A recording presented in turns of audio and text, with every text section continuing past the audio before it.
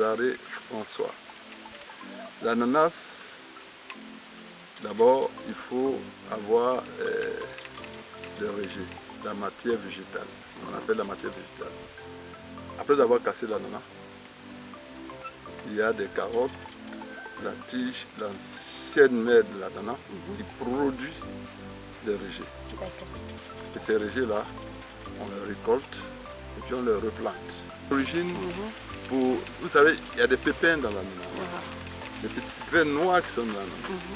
Et ça, on peut le semer, on peut faire des pépinières pour avoir les rejets dans un premier temps. Et ça prend du temps. Et quand tu auras fait ça, que tu as eu peut-être 10 000 rejets par exemple, après la récolte, ces plants-là vont te produire au minimum 4 rejets, un pied. C'est-à-dire 4 mois après la récolte, tu peux récolter jusqu'à 1 an pour récolter des rejets. Et donc, avec 10 000 pieds, tu peux planter après 40 000 pieds. Après la récolte, on a les rejets, on replante les rejets. Mais avant de planter les rejets, comment on fait? Voilà, il y a la préparation du sol. D'accord, comment se fait la préparation du sol? D'abord, il faut défricher ton espace. Il faut pas le faire par brûlis, il faut laisser les herbes se décomposer un peu dans le sol. Et puis, vous pulvérisez le sol avec une machine. Vous pulvérisez le sol avec une machine. C'est-à-dire pulvériser? C'est-à-dire, les tracteurs agricoles ils ont du matériel derrière qu'on appelle les pulvérisateurs. On attelle aux tracteurs agricoles, ils ont beaucoup de dents et quand ils tournent, ils mélangent le sol avec les herbes et tout ça.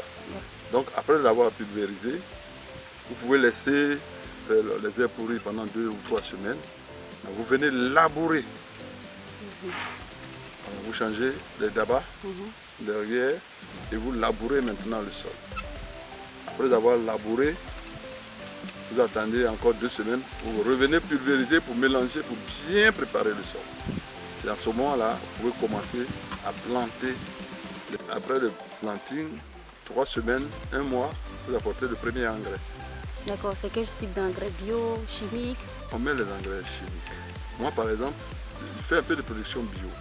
Ça ne serait pas en quantité, ça miniature par rapport à la production industrielle que nous faisons. Parce qu'il faut avoir assez de quantité d'engrais bio. Donc si on comprend, vous faites les 2 productions. On fait les 2 productions. Vous faites la production bio et puis la production conventionnelle. Conventionnelle, ok. Voilà. Est-ce que vous pouvez nous expliquer un peu l'étape de la production bio? Voilà. Moi, je n'achète pas l'engrais bio industriel. Je ne sais pas comment on la fabrique. Par contre, moi-même, je fabrique mon engrais bio sur le terrain. J'ai des déchets organiques, j'ai des herbes et tout ça, et je fabrique le compost. Une technique pour faire le compost. Vous faites des trous, vous transvasez les éléments après quelques temps, et celui qui est en bas passe en haut, vous l'arrosez et vous laissez pourrir, vous mettez de l'eau, et tout ce qui est engrais organique, vous lui ajoutez, vous allez récolter une pâte, du sable, ça devient de la terre, et nous appelons ça engrais bio. Et moi, la chance que j'ai des vaches. Donc je fais un parc animalier, mes vaches sont dedans, et je recueille les déchets, je les mets ensemble, quand ça va se décomposer, je le recueille pour le mettre sous mes ananas. Ça c'est quand je produis les ananas bio. Mais comme je n'ai pas assez de quantité, parce que 50 vaches, ce qu'ils vont te produire comme déchets, avec la boue, tu ne peux pas alimenter 1 hectare. Pour avoir de l'engrais bio pour 50 000 pieds, c'est pas facile. Et donc, je me permets de faire 20 000 pieds d'ananas bio par exemple. Il y a des clients spéciaux qui viennent, ils achètent ça, qui adorent parce que c'est pour la santé. L'ananas c'est un fruit sain. Et quand vous l'avez encore en bio, c'est très bon. D'accord. Maintenant, pour la production chimique, on va continuer avec ça. Voilà, pour la production production chimique, on compose de l'urée et puis du sulfate. D'accord. Soit de la potasse, soit de calcium. Donc, on compose ces deux produits, l'engrais que nous mettons sous les plants d'ananas. Et lorsqu'on a mis le premier engrais, on attend un mois encore. Et toutes les 2 semaines, nous apportons de l'engrais liquide dans l'ananas, dans les ailes de l'ananas. L'ananas le consomme plus rapidement. Le premier apport que vous le faites dans le sol. D'accord. Donc on le fait 2 fois, 2 fois dans le mois. D'accord. Et on laisse pendant combien de temps pour pouvoir avoir des fleurs? À partir si vous avez des gros rejets, moi par exemple, j'ai fait des expérimentations où si j'ai des gros rejets, à partir de 5 mois exactement, je provoque la floraison.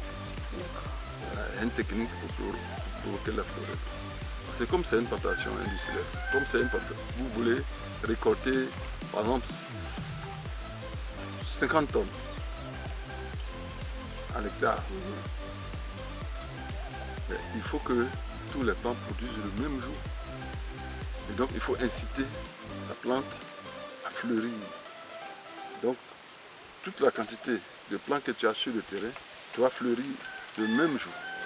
Donc vous apportez un produit que vous mettez à l'intérieur qui va inciter la plante à fleurir 45 jours après.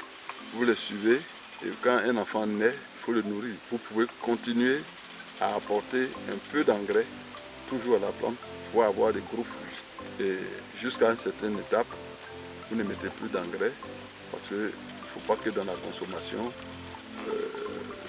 ça va agir sur le consommateur. Et donc, 45 jours après, il faut 3 mois et demi aussi pour que l'ananas arrive à maturité. Donc, au bout de 4 mois et demi, 5 mois, l'ananas arrive à maturité. Donc, en 10 mois, si j'ai des bons fruits, des bons rejets, je fais mon cycle. Les ananas sont à maturité. Si j'ai des rejets moyens, je vais jusqu'à 12 mois. Si j'ai des petits rejets, je vais jusqu'à 14 mois maximum. Et si, quelle variété vous cultivez? Je cultive le MD2. Je veux expérimenter le pain de sucre. Je vais le faire à partir de la saison de pluie prochaine, c'est-à-dire à partir d'avril, je vais expérimenter un peu de pain de sucre. La zone du sud Koumoé, elle est propice à l'ananas. L'ananas s'est fait aussi dans la zone au centre. Et ces zones-là, c'est beaucoup ensoleillé. Et quand c'est ensoleillé, l'ananas est plus succulent. Et il donne beaucoup de sucre à cause du soleil. Mais la quantité de pluviométrie fait que l'évolution est difficile. La préparation du sol aussi est difficile. Voilà. L'ananas, ses racines ne vont pas loin. Ses racines ne vont pas en profondeur. Et donc, il faut, quand il fait trop chaud, ça joue sur la plante.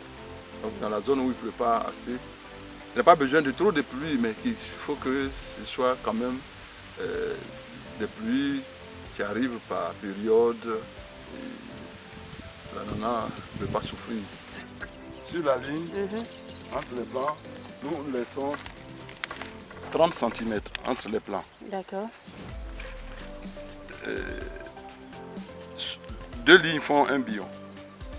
Entre les deux billons, nous avons 40 cm. Maintenant, entre l'allée qui sépare les 2 billons, nous avons 70 cm. D'accord. Voilà. 70 cm entre les allées. Entre les plants sur la même ligne, nous avons 30 cm. Entre les plants sur la deuxième ligne, nous avons 40 cm qui séparent les plants. D'accord, pourquoi celui-là? Oh, c'est par rapport au rendement, à la productivité. L'ananas peut absorber une grande partie du chômage au Côte d'Ivoire. serait-ce qu'une volonté politique. Tous les pays qui nous entourent, ils sont à... C'est des pays musulmans pratiquement. Le Sahel, le Maghreb, et même autour de nous, le Mali, le Burkina, le Niger, ils ont besoin de l'ananas. Ne serait-ce qu'une volonté politique.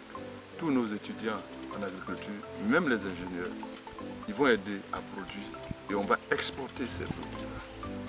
Les gens en ont besoin. On fait des jus sans alcool. On peut faire même de champagne sans alcool. Et donc, ces pays qui nous entourent ont besoin d'ananas. Mais il n'y a pas de volonté politique. Nous produisons, on ne peut même pas exporter. On vend sur le marché, ceux qui achètent, ils arrivent, ils vous imposent un prix. Ceux qui exportent, ils vous payent de façon dérisoire. Alors que l'ananas est prisé, l'ananas de Côte d'Ivoire est plus prisé que l'ananas de Costa Rica. Je veux dire, le Costa Rica a pris tout le marché mondial. Mais nous, on souhaite que l'autorité s'en mêle. Ça va diminuer le chômage.